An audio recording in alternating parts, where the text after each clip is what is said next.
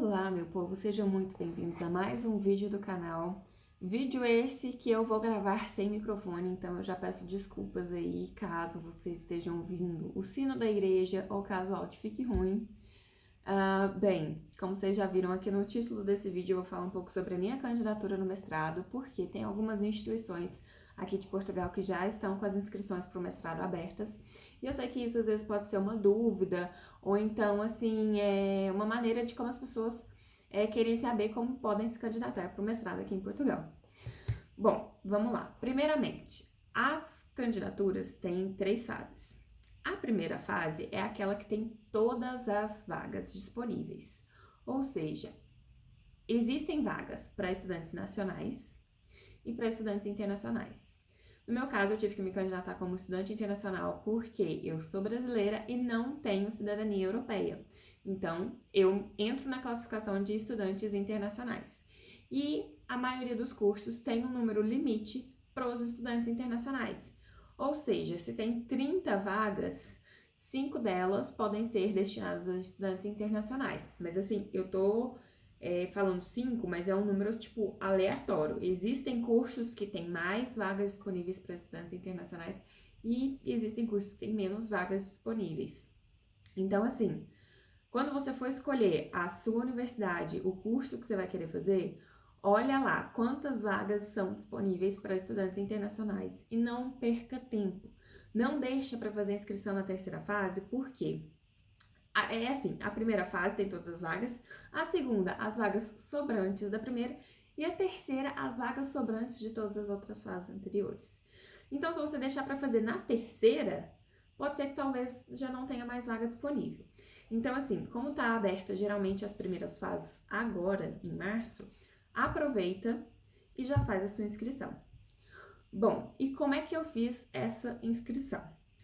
Bom, quando você vai se candidatar e saber sobre essas vagas, você vai saber sobre edital, eles já te dão mais ou menos a documentação necessária. Então, já prepara aí que você vai ter que, geralmente, solicitar essa documentação necessária para a sua faculdade e também você vai ter que ir no cartório. Em relação ao cartório, você vai ter que fazer o apostilamento diário de alguns desses documentos.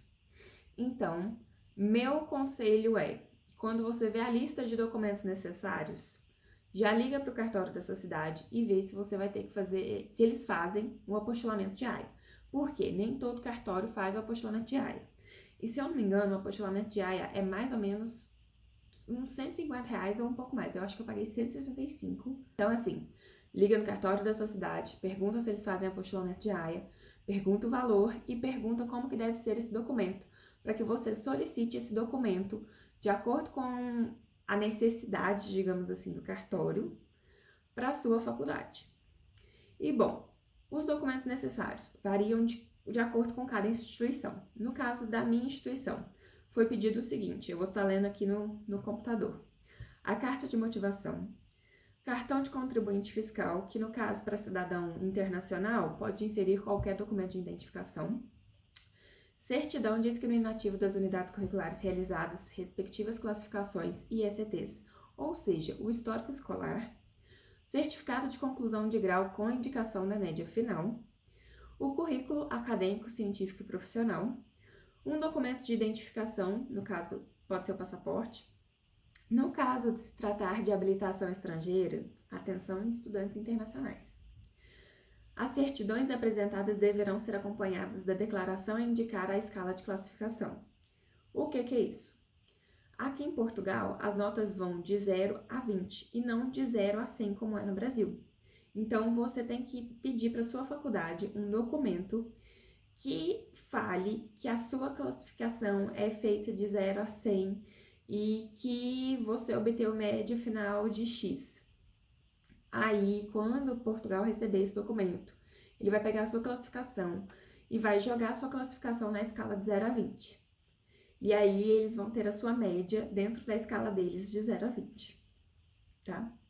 Bom, e aí, no caso de candidatos que não apresentarem certidão de conclusão de grau, devem apresentar certidão ou certidões atualizadas, onde conste que o curso que está escrito em 2000 no ano anterior, a respectiva média atual e o ano curricular.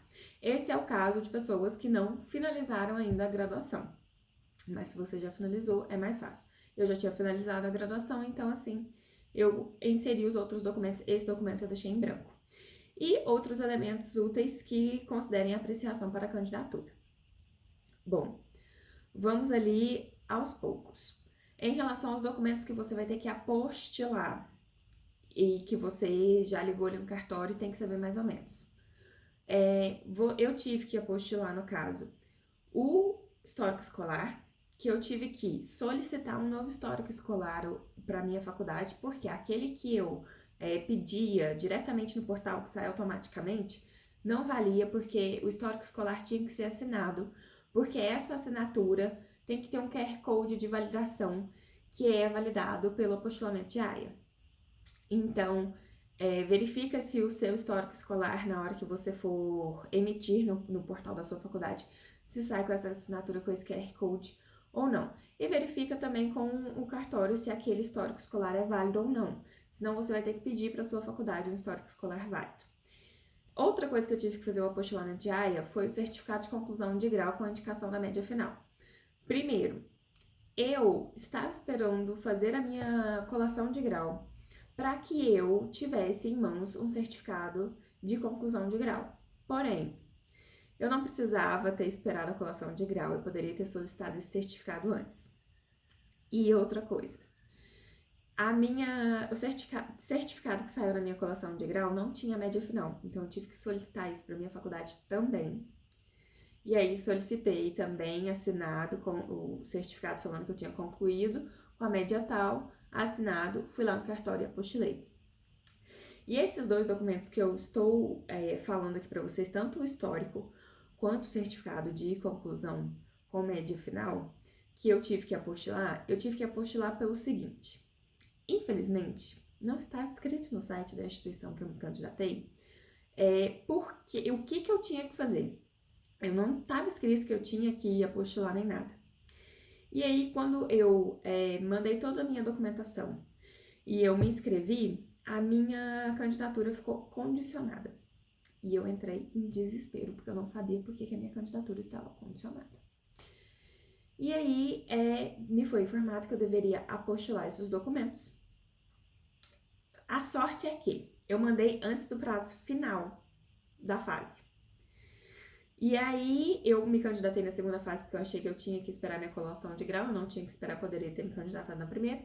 Mas ainda assim, quando eu me candidatei na segunda fase, eu mandei a minha candidatura sem antes terminar o prazo da fase. E aí, eles já me deram esse feedback de que a minha candidatura estava condicionada, que eu deveria apostilar esses documentos. Então, assim, meu conselho também é esse. Antes da sua candidatura terminar, antes da sua fase da candidatura terminar, na verdade, manda todos os documentos, porque se tiver algum documento que você possa corrigir, você ainda tem tempo de corrigir sem que a fase tenha passado, entenda? Sem que a data daquela fase tenha expirado. Então, assim, eu fiz tudo isso, aí eu tive que fazer o apostilamento.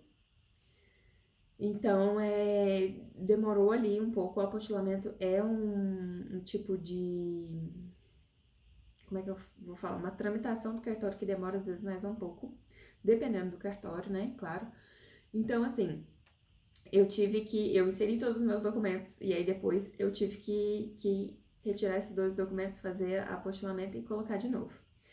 E ainda assim, mesmo eu colocando de novo a minha candidatura, depois que passou a data daquela fase, que ali entrou em que eles chamam de seriação, que é tipo uma classificação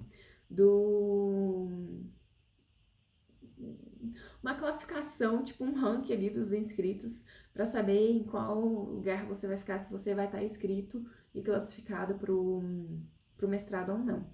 Então, durante a classificação, a seriação que eles chamam, a minha candidatura ficou condicionada, e aí eu fiquei ligando na faculdade para tentar saber por que a minha candidatura estava condicionada. Eu fiquei um pouco aflita, assim. E aí eu tava no Brasil e ligando aqui em Portugal. É um pouco... Eu não lembro se era caro ou não as ligações, até porque eu já tinha um plano Europa ali no meu celular, no meu chip, então não... Acho que não cobrou tanto assim. Mas bom, E-mail não estava adiantando, eles não estavam conseguindo solucionar, ligação também não. No fim das contas, eles só pediram para eu colocar de novo os meus documentos. Ainda assim, mesmo quando eu coloquei de novo os meus documentos, continua aparecendo condicionada. Até hoje, eu tô aqui com o meu computador aberto na página de candidatura, está aparecendo até hoje para mim condicionada, mas ainda assim deu certo. Na seriação eu fiquei classificada em segundo lugar, então isso foi ótimo. E aí sai uma lista prévia, mais ou menos 1 mês e meio depois, e depois de 1 mês sai a lista final. A lista prévia que sai que é uma lista que, digamos assim, é uma lista da qual todo mundo vê sua classificação e quem não concordar com aquela classificação pode entrar com recurso. E aí sim, por conta por conta de poder entrar com recurso, só dali 1 mês depois é que sai a classificação final. E aí, no meu caso, como eu me candidatei no segundo ciclo, na segunda fase de candidaturas, a minha classificação final foi sair 1 semana antes das aulas.